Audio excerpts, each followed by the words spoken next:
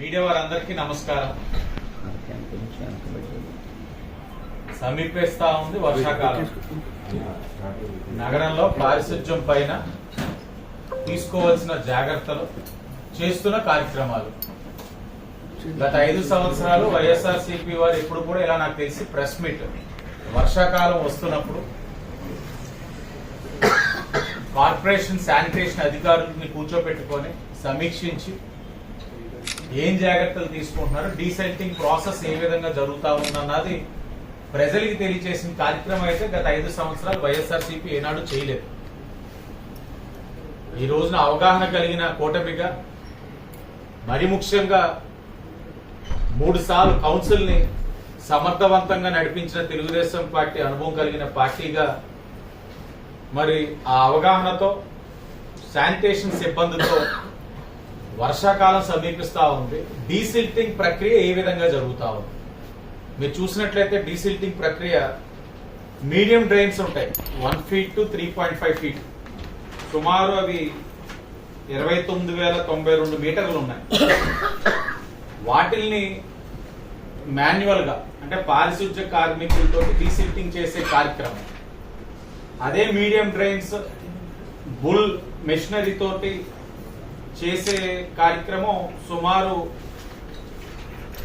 45,518 మీటర్లు ఉన్నాయి. చివరిగా జేసీపీతో అంటే 3.5 అంటే 3.5 మీటర్స్ నుంచి అబోవ్ ఉన్న డ్రైన్స్ సుమారు 10,377 మీటర్లు ఉన్నాయి. వాటిని జేసీబీతో చేస్తారు. అలాగే ఇంకా జేసీబీతో కాకుండా ఈ డ్రైన్స్ ఏదైతే మేజర్ డ్రైన్స్ ఉన్నాయో వాటికి టెండర్లు పిలిచే కార్యక్రమం కూడా ఉంది. ఆ టెండర్లు పిలిచే వాటిని సుమారు 10,766 మీటర్లు టెండర్ కూడా పిలిచే కార్యక్రమం ఉంటుంది. టెండర్ పిలవడం జరిగింది, ఎలకేషన్ జరిగింది. ఇప్పటికే యాజ్ పర్ షెడ్యూల్ ఏదైతే ప్రతిరోజు కూడా ఏ ప్రాంతంలో చేయబోతున్నారన్నది ఏప్రిల్ 10వ తారీఖున మొదలుపెట్టి ఏప్రిల్ 30వ తారీఖు వరకు ప్రతిరోజు ఒక్కొక్క ప్రాంతం.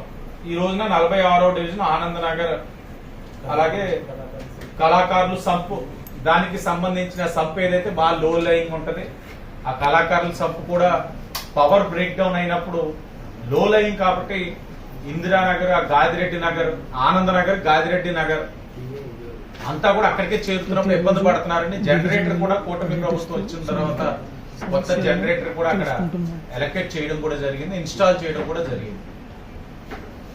సో ఈ రోజున అక్కడ జరుగుతా ఉంది. అంటే ఏప్రిల్ నెల, మే నెల కూడా పూర్తిగా డీసిల్టింగ్ పైన శ్రద్ధ వహిస్తా ఉన్నాం.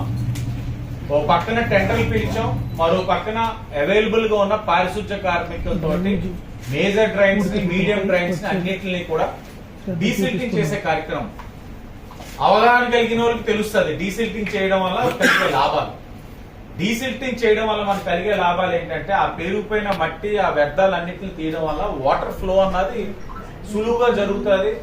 వర్షాకాలంలో వచ్చే నీరు వాటర్ ఫ్లో ఎప్పుడైతే మనం ఆ డెప్త్ అంతా కూడా క్లియర్ చేయగలుగుతాం, ఫ్రీ ఫ్లో వెళ్ళడం వల్ల వీధుల్లోకి రాకుండా ప్రజలకు ఏ విధంగా అసౌకర్యం కలగకుండా చేయడానికి కారణం అవుతుంది. సో దాని మీద అవగాహన కలిగే కూటమి అధికారంలో వచ్చిన వెంటనే డీసిల్టింగ్ మీద దృష్టి చాలా పెట్టినప్పుడు లోటుపాట్లు తెలిసినాయి. కొన్ని సంవత్సరాలు అయితే టెండర్లే పిలవని పరిస్థితులు కూడా చూసాం. అంటే పాలకులకి శ్రద్ధ ఉంటే అధికారులు కూడా పరిగెడతారు, పాలకులకి శ్రద్ధ లేనప్పుడు అధికారులు కూడా నిర్లక్ష్యం వ్యవహరిస్తారు. ఇప్పుడు మేము ప్రెస్ మీట్లో అధికారులు కూడా ఎందుకు కూర్చోబెట్టారంటే వారికి బాధ్యత ఉంది, మాతో పాటు వారికి బాధ్యత ఉంది, కార్మికుల పైన బాధ్యత ఉంది, ప్రజల పైన కూడా బాధ్యత ఉంది. ప్రెస్ మీట్ ద్వారా ప్రజలకు కూడా విజ్ఞప్తి చేస్తా ఉన్నాం, ఇదిగో ఇది షెడ్యూల్, ఇదిగో ఇలా చేస్తున్నారు ప్రతి ప్రాంతంలో.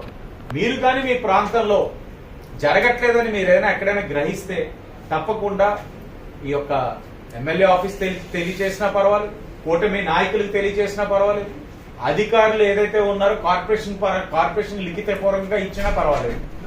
ఏది ఇచ్చినా జవాబుదారంగా, అంటే ఎంతో బాధ్యతతో జవాబుదారంగా, అకౌంటబుల్ గా ఈ యొక్క కార్యక్రమం కూడా చేసే బాధ్యత మేము తీసుకుంటున్నామని కూడా ప్రజలకు కూడా విజ్ఞప్తి చేస్తూ మేము ఒకటే కోరుతా ఉన్నాం, ఉండాలి. ఈ డీసిల్టింగ్ అన్నది పద్ధతిగా చేసినట్లయితే వర్షాకాలంలోనే నగరం ఏదైతే నీట మునిగే సమస్యని ఎంతో కొంత తగ్గించే వాళ్ళు అవుతాం.